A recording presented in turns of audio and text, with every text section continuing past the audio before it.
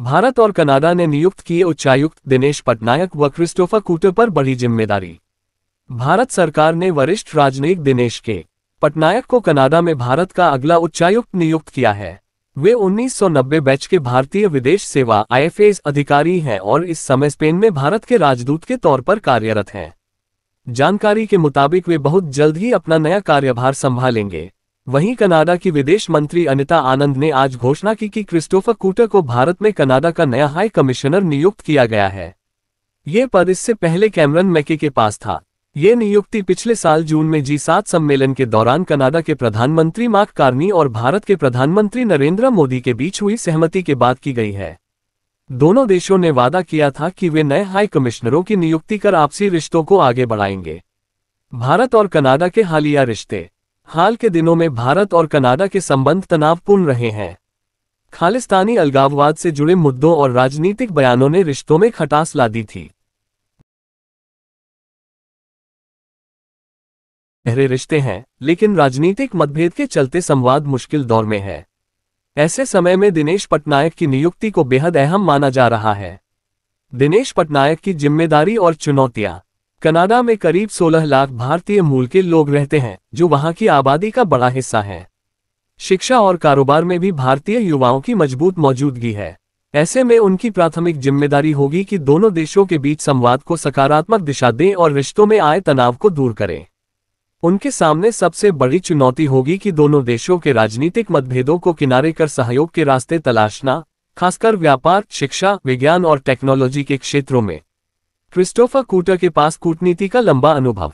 Canada सरकार के मुताबिक ये कदम दोनों देशों के बीच राजनयिक सेवाओं को बहाल करने और व्यापारिक व नागरिक जरूरतों को पूरा करने की दिशा में एक अहम पहल है। कनाडाई विदेश विभाग के अनुसार क्रिस्टोफर कूटर के पास कूटनीति का 35 साल का अनुभव है। उन्होंने हाल ही में इसराइल में कनाडा के चार्ज दी अफेयर्स के तौर पर काम किया है। इसके अलावा वे दक्षिण अफ्रीका, नामीबिया, लेसोथो, मॉरिशस और मेडागास्कर में भी कनाडा के हाई कमिश्नर रह चुके हैं।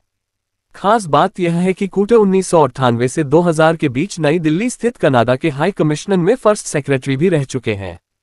कनाडा की विदेश मंत्री अनिता आनंद का बयान। वहीं इस नियुक्ति पर कनाडा की विदेश मंत्री अनिता आनंद ने कहा, नए हाई कमिश्नर की नियुक्ति से भारत कनाडा के रिश्तों में नई ऊर्जा आएगी। ये कदम कनाडा की अर्थव्यवस्था को मजबूत करने, द्विपक्षीय सहयोग को गहरा करने और कनाडाई नागरिकों के लिए सेवाएं बहाल करने की दिशा में महत्वपूर्ण है। भारत कनाडा के रिश्तों में विवाद की शुरुआत। ये विवाद तब शुरू हुआ जब कनाडा के तत्कालीन प्रधानमंत्री जस्टिन ट्रूडो ने खालिस्तान समर्थक नेता हरदीप सिंह निज्जर की हत्या मामले में आरोप लगाया कि उनके पास इस हत्या में भारतीय एजेंटों के शामिल होने के सबूत हैं। भारत ने इस आरोप को खारिज किया और इसे प्रेरित करार दिया। इसके बाद ही दोनों देशों में सभी संबंध खराब होते चले गए।